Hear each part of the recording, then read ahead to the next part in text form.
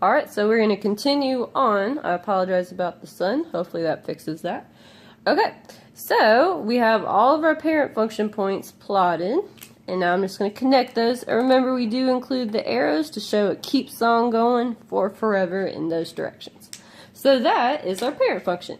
Now remember, we must always tackle our a value first. First thing is the a value, which a is always the number right after our equal sign. So bam! The first thing after our equal sign is that 1/2. And it's always in front of absolute value bars, which it in fact is.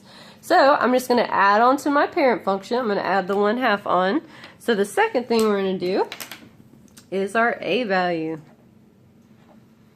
So we have y equals 1/2, which is our a value, which is going to be quite alright that we have a fraction, since fractions are our friends. We're not afraid of them.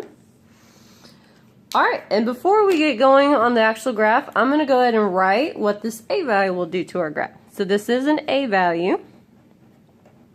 And what the graph is going to do, it's not negative, so it's not going to reflect or anything.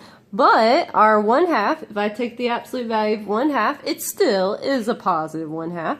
And remember, when we have numbers in between 0 and 1, which are usually our fractions, that's when the graph gets wider. If we smush down our graph, or if I were to take this graph and smush it down, it would get wider. Okay, it's been on the couch too long. Okay, it's gaining a little bit of weight. So this is going to be a vertical compression. And then the factor that it's going to shrink down by vertically is 1/2. It's going to be half its size vertically. So you can write by a factor of 1/2. So I already know what the graph's going to do before I graph it. Holy hot dog. Alright, so now remember, when we graph with the a value, we keep the same x's that we used before, and all I'm going to do is create my new y value. So now this is y equals 1/2 times the absolute value of x.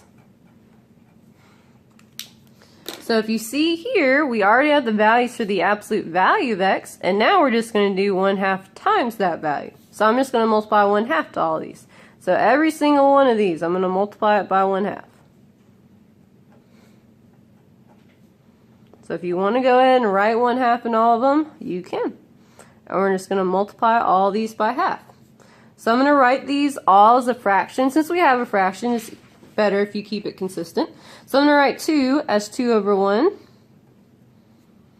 Okay, and remember, when we multiply with fractions, we go straight across. So 1 times 2 is 2, and 2 times 1 is 1.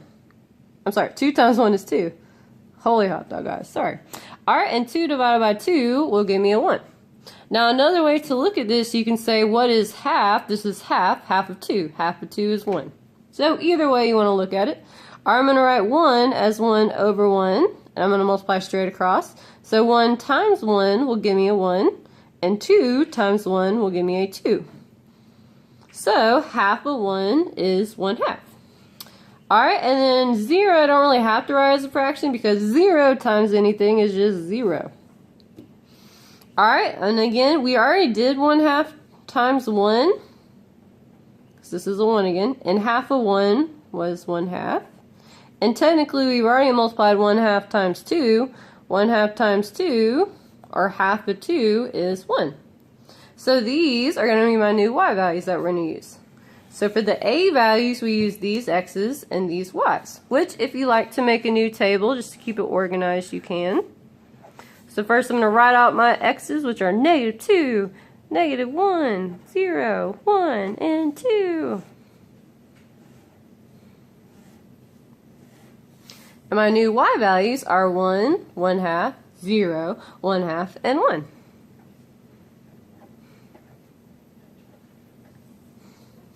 Alright, so now we are going to plot these bad boys onto this lovely graph over here.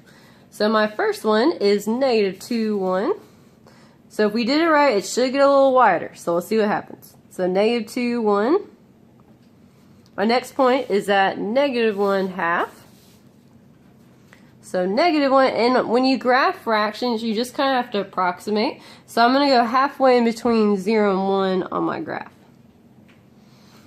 Alright, my next point is at 0, 0, which I already have a lovely point right there. My next point is at 1, 1/2, so 1, 1/2. And then my final point is at 2, 1. So when we connect our points, let's see if the graph has in fact gotten wider or vertically compressed.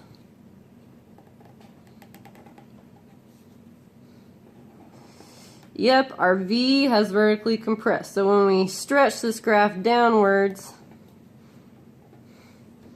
it got wider.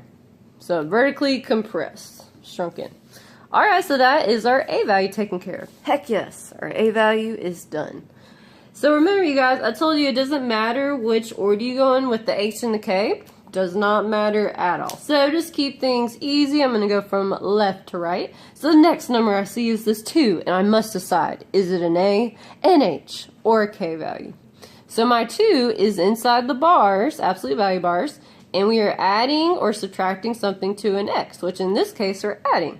So the only thing that's in the bars, absolute value bars, and adds or subtracts to X is the H value. So this is an H value. Holy hot dog. This is exciting. So my third value, the only thing I'm adding on, is my H value. So I'm going to start from my previous equation, which is Y equals 1/2 times the absolute value of X.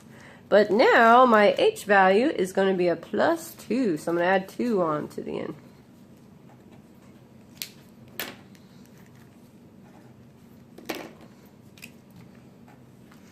So we are focusing on the 2. So remember, the H value involves the x-axis, which moves left and right. Okay, and remember, you have to think the opposite with the H value. You have to. Don't be tempted by the demon cat. So, +2. Since it's a +2, you're tempted to say it's going to go right. But think the opposite. +2 means it goes left 2 spaces. So this is an H value, and it will go left 2 spaces. There you go. So remember you guys, with the H value, you don't have to make a table like with the A. You just simply move all your points on the graph. And this time we're going to move them over left 2 spaces. So I'll move this point to the left 2 spaces. So 1, 2. It's kind of like Beyonce. To the left, to the left. Alright, and then I'm going to move this one to the left 2 spaces. So to the left, to the left. And then I'm going to move this point to the left 2 spaces. So 1, 2. I'm going to move this one over to the left, which it's on that dot right there. And I'm going to move my final point over 2 spaces. So 1 and 2. So this is the pink graph moved over left 2 spaces. Remember, when you do transformations, you always start from your most recent graph. That's why I moved the pink graph over, not my parent function, which is the black graph. Alright, so my H value is donezo. And now moving on to my last value. So this -3, I have to decide, is it an A, an H, or a K? Well, it's outside of my absolute value bars, and it's on the very end, so I am pretty sure it is a K value. Look at that. And since it's -3, remember K value, you do what you would think it would do. So since it's -3, remember the K value involves the Y, which goes up and down. So this bad boy right here is going to go down 3 spaces. So I'm just going to add on to my last equation that I did, which was number 3. So my last one, the only thing that's added on is the K value. So everything else stays the same. So my 1/2 times the absolute value of X plus 2. I'm going to add on my K value, which my K value is a -3. Alright, so this is a K value. And it will move down 3 spaces. Bring it on down.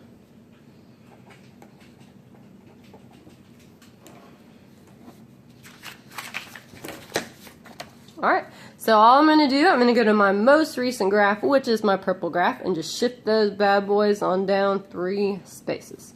So I'm going to take this one and go down 1, 2, 3. Now this point that's located halfway up, if you remember from earlier, this point was located at -1/2. So when you move the ones that are halfway, you just kind of move like in between the tick marks. So when you move down, like you'll move it from like here to here, here to here, here to here. Okay, so you don't move on the tick mark, you move in between the tick marks on this one. So we go down 1, 2, and 3. It's going to be kind of right here.